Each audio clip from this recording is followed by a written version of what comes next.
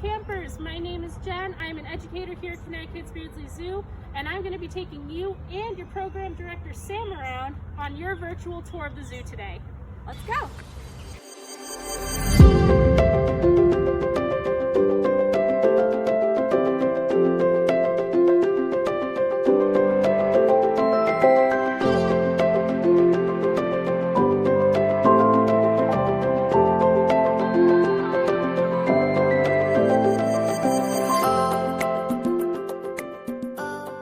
Usually that is the scout, so they do have a couple of designated scouts that watch over the colony.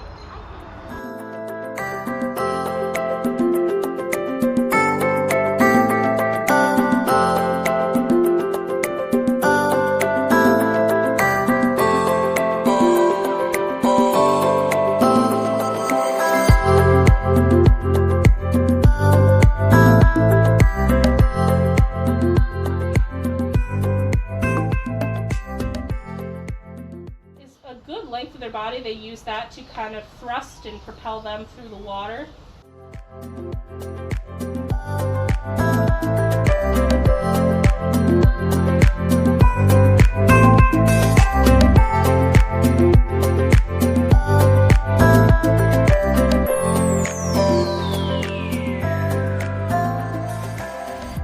They go see each other? Okay. So like I said, that's Mama right there with the white tag. Oh, and look at how she's bristling up right now. Look at that. So that is Mist. She is, again, she is also a rescued wild.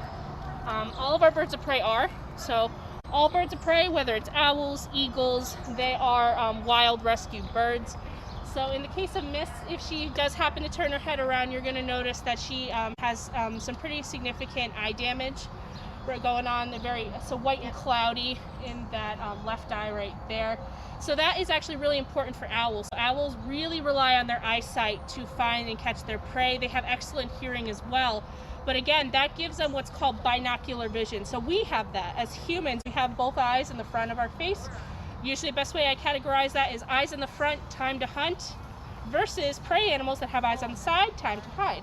So having eyes in the front helps you judge distance. It helps her judge how far away her prey is. So if you're my prey and I'm catching sound from this ear and I'm catching sound from this ear, I can take both of those sounds and target and pinpoint exactly where you are.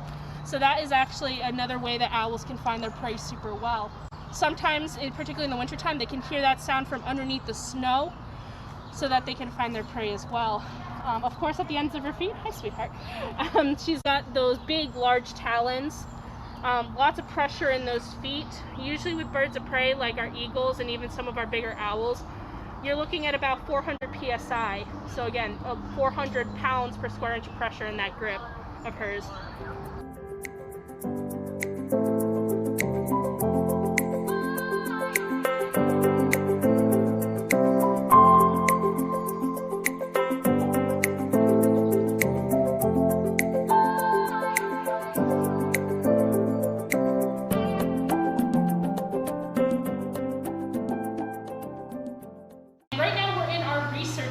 So this is where all of our education programs happen, as well as keeping all of our education animals happy. So I'm right here next to our Eastern Hellbender tank. They are North America's largest aquatic salamander. These guys can be found down south in places like Alabama, Georgia, and Florida, and they usually live right on the bottom of riverbeds. So again, if you are ever in the river, you might want to take a look out for a 2-foot-long salamander.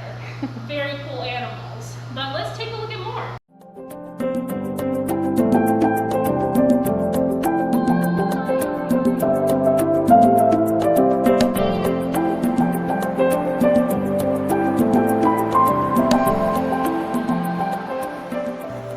Alright guys, so this is Leonidas. Leonidas is one of our amazing animal ambassadors.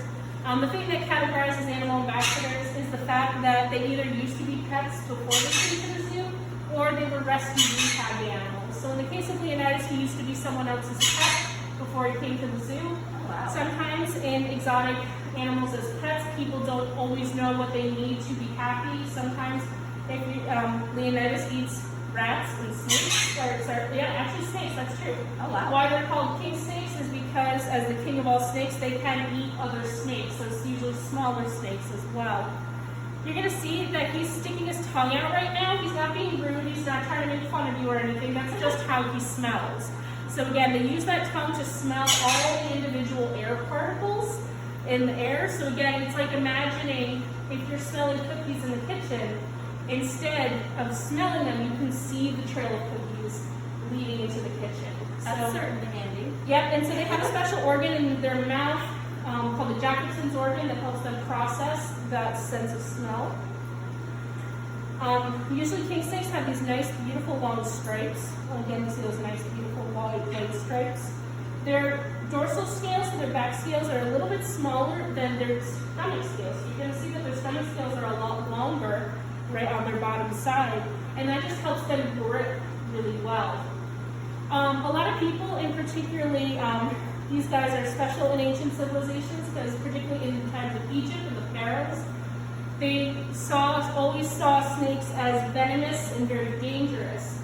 And usually what the pharaohs would do is they would charge someone to go out and find a snake that they knew wasn't venomous, but one that could be on their arm, on their neck, and that would actually show their subjects, oh, that pharaoh, the snake is not harming him. He must truly be important. So they would get certain snakes that they knew were not venomous, but other people didn't quite know that, and they would handle them. So here's a question. Do the plates on the bottom of the snake indicate whether or not they're poisonous? No, so not necessarily the plates. One thing that helps are the eyes. So the shape of the eyes of the snake is well as the shape of the head.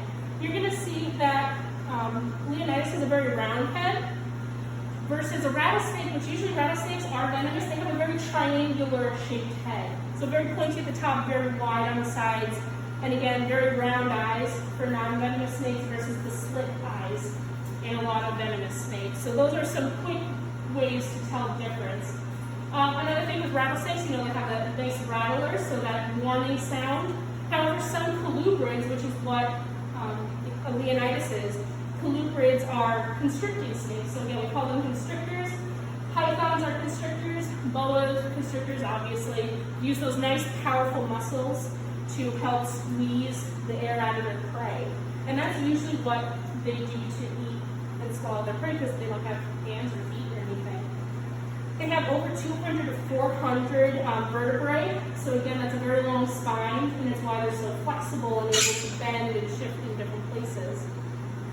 But amazing adaptations, an amazing predator, but also just amazing animals to learn from. So a lot of people are usually scared of snakes. A lot of people maybe instinctively don't like them because, again, they may have the conception of being slimy and cold.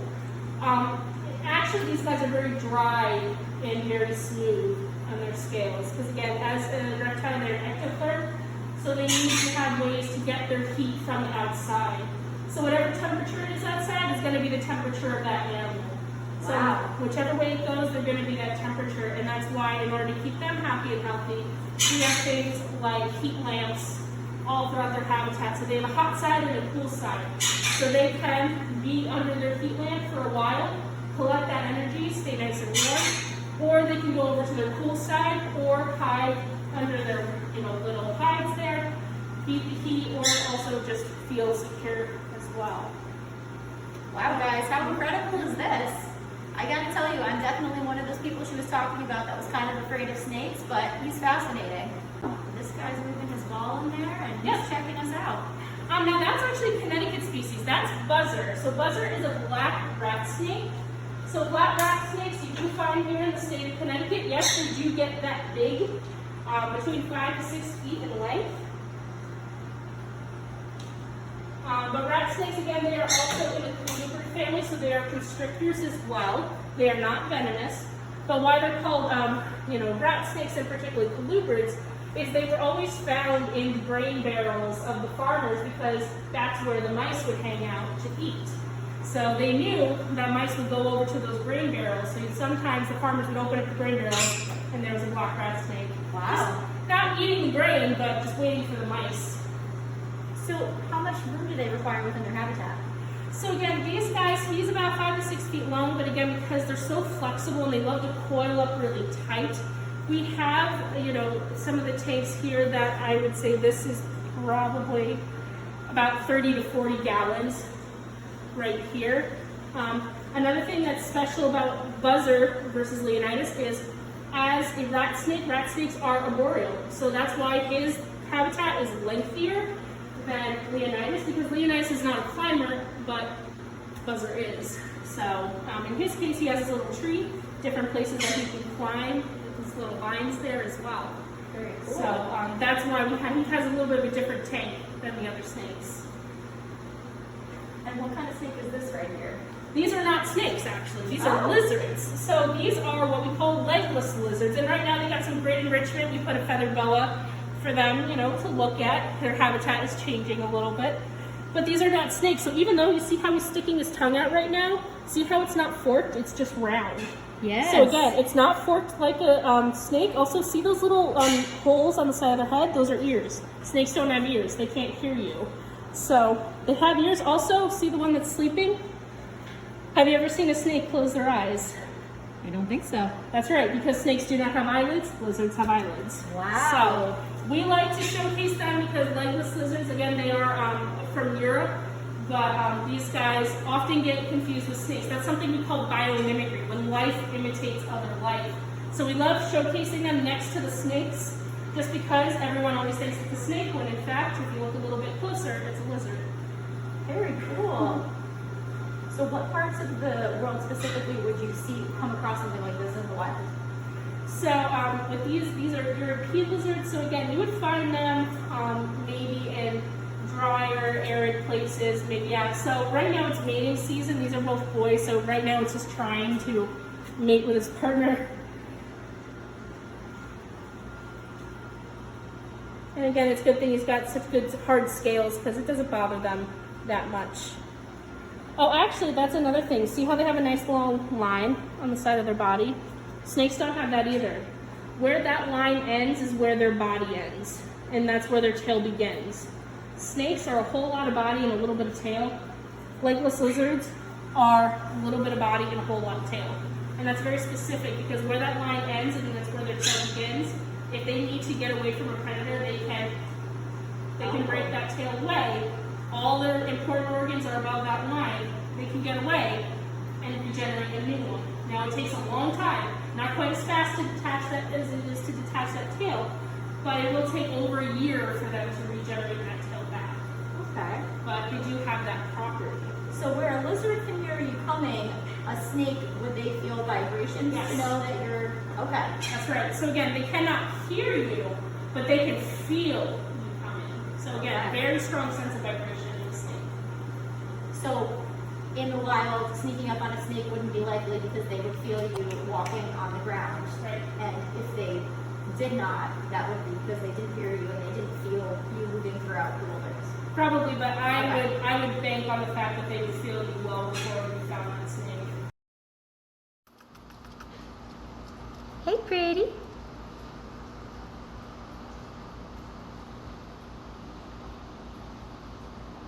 So this is Boomer. Hi, Boomer is a monk parakeet or Quaker parakeet. So these guys, yeah, that's right. So these guys are from South America. They're from places like Argentina. She loves meeting new people, and also you're wearing green. So right now you're matching her, which is really great because for all parrots, like Boomer, the colors that look just like her tell her that's her squad, that's her team. That's really important for parrots because if you have the same colors, that tells you who to follow. So all parrots have the same set of colors because that is their group. So she would live in a flock of hundreds and hundreds of other parakeets that look exactly like her.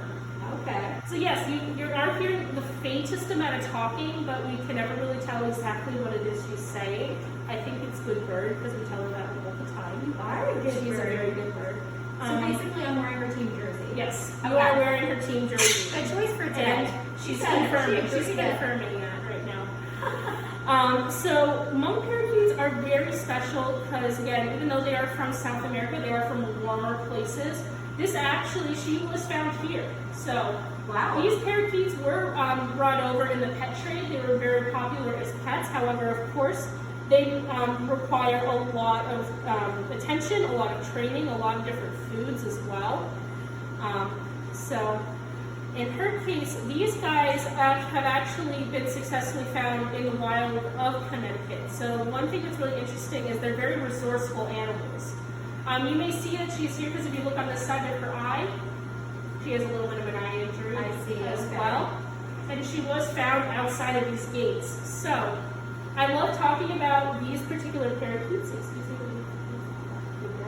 So these particular birds are very popular, and even though they're not from here, so that's something what we would call an invasive species, especially because most parakeets are able to thrive even here in Connecticut despite it being so cold.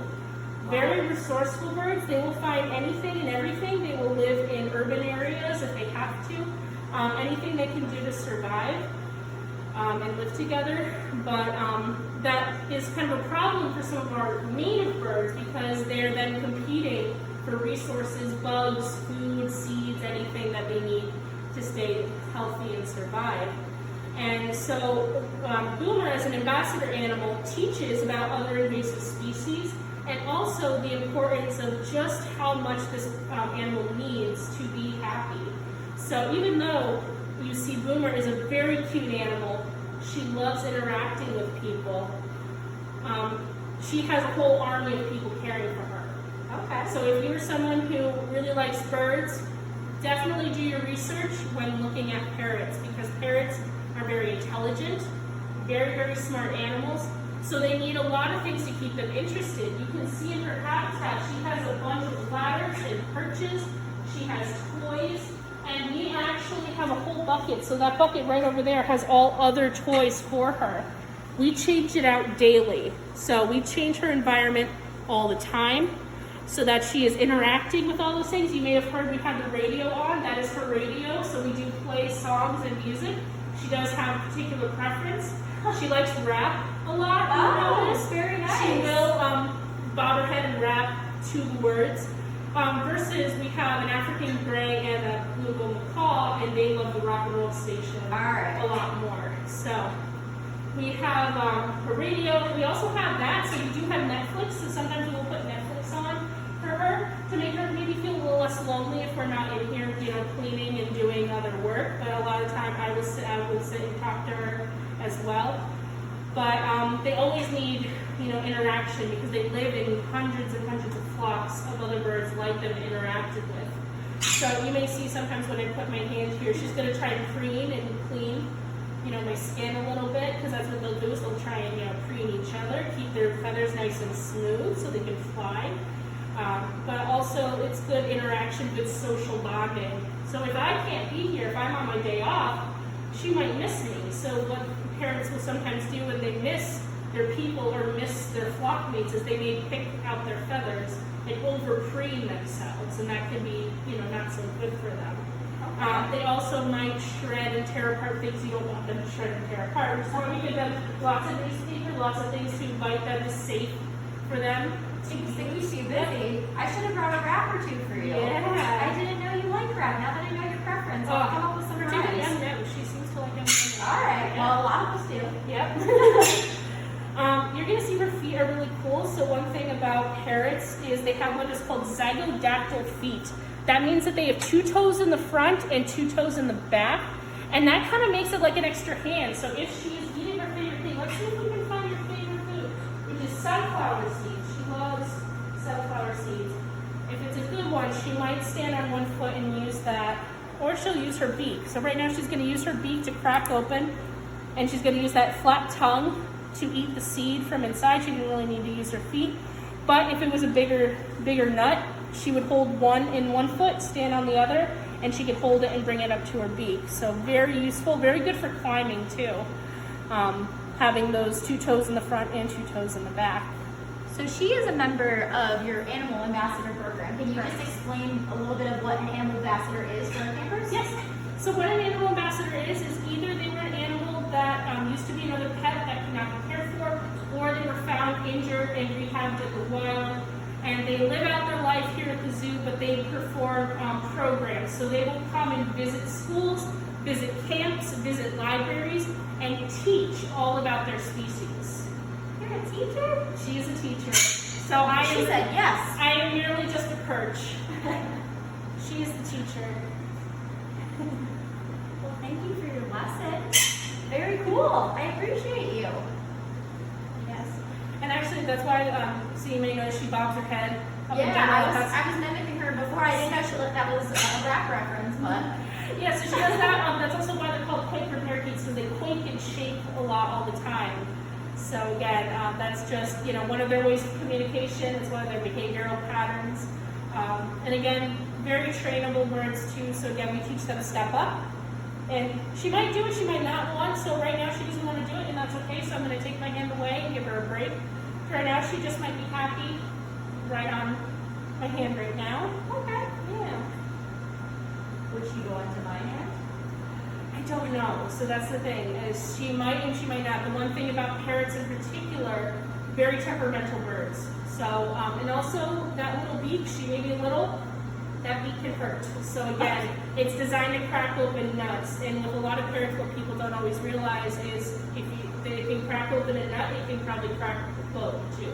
Okay. So, we're just gonna keep her right here for now. Yeah. That's okay. We just met anyway. But she is interacting a little bit with you, which is nice. The fact that she is squawking back is really, it's good. So she's, talking back, she's associating it. Have some good And the fact conversations. that she came out of her cage, I didn't have to take her out, she willingly came out on her own. And especially with new people, that actually, she could sometimes be nervous around new people. So the fact that she came out on her own, I think it's because you're wearing boots. Because I wore team colors It's because today, you wore the so. bright colors today. But yeah, so again, we have a lot of animals that are endangered in the wild, but we also have animals that aren't so endangered, but maybe a good reason to teach people why, maybe they're not the best pets, or maybe they need to stay in the wild. So that's also another reason why we'll have an animal like her. Very cool. Thank you so much for the good conversation. I should have brought some rhymes and coffee because apparently you like to talk a lot. Yeah, she does talk a lot. And again, parents, a lot of people always ask all the time, do you train her to talk? And we don't really train her to say any specific words because again, like any animal, if they don't want it, again, if you don't want to learn math, you're not going to learn math no matter how much someone will talk to you about it. If I say the word pancakes, pancakes, pancakes, pancakes, pancakes, pancakes, no.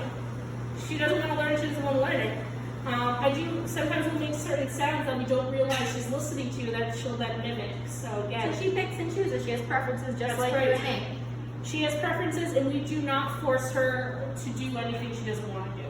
So again, if she doesn't want to make a certain sound, that's perfectly okay. She's going to make the sounds that she wants to make. And that's also indicative of, again, her flock. So if she's mimicking a sound, that just further solidifies that you are her flock mate. So you are, again, she's mimicking your sounds because any parrot will mimic the sounds of their other flock mates in the wild. So it may not be sounds or words.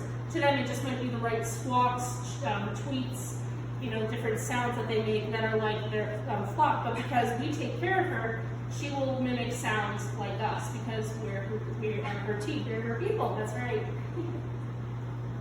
Sound, they don't have vocal cords. So birds do not have vocal cords. They have a special bony chamber called a syrinx. And that syrinx is in the very bottom of her neck. And what it does is it allows the air to vibrate exactly so to make all of the sounds that she makes. I did not know that. That's right. Did you know that? No. Yeah. Very cool. But other than that, people love getting to see the parents. No, okay, that's fine. She's like, I'm good where I am. She's fine. It's okay. You don't have to bother me. And see, they'll tell you, and you just gotta respect. Actually, you can see the feathers getting puffy right now. So does she recognize that there's other animals within her habitat here, like her room? I think so. She said, oh yeah, I do. So she does. Sometimes we'll take her around. Sometimes we'll give her table time. So sometimes she likes to stretch out her feet a little bit and walk around on the table. Sometimes we'll have her walk around in other places. even though she can fly, she really doesn't have much of a reason to want to fly away. She's usually, right now, she's just chilling right on my arm. But we don't clip their wings at all. So Okay. again, So she's fully mobile. that's right. She's Okay. very mobile. And as you can see, she's kind of puffing up her feathers a little bit. So you may see that her feathers, particularly in parrots, that's another way to just tell behavior. In parrots is when they are puffing up or putting down their feathers, so you can tell how they're feeling in certain cases. So that actually tells you that those feathers are not just skin but muscle deep. So the fact that they can puff up and down is those muscles that are controlling how they go up and down. So And again, correct me if I'm wrong, but when they puff up, it means they're more settled and comfortable. When they're skinnier, and it depends. So if they are puffing up and they're not making a lot of sound right now, it just means she's content, she's happy. But if she's puffing up and making a lot of sound, she's trying to make herself look bigger, and so she might, so she might be trying to make herself look a little more intimidating. So it really depends on what different behaviors are paired together. so what would her natural predators be if she were to live outside?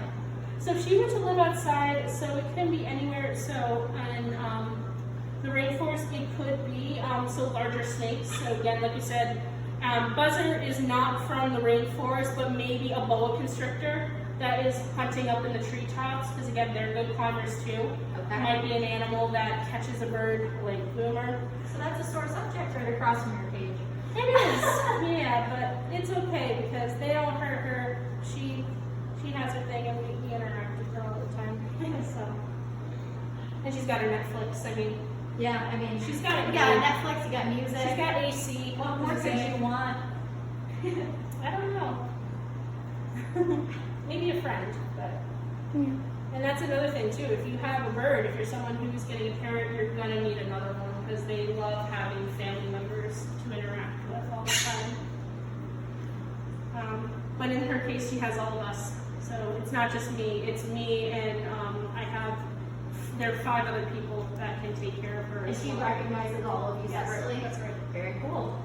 Yep, and you got to build that relationship too. So again, if parrot is something you're looking for, you've got to dedicate the time to be with it.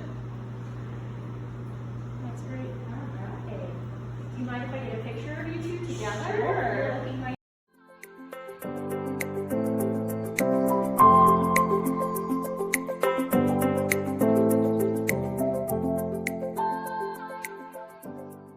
Wow, that was neat, huh, campers? Special thanks to Jen and the Beardsley Zoo for having us today. The Beardsley Zoo actually just closed their doors to the public, so now I'm going to take a few minutes to go explore on my own behind the scenes. All right, catch you later.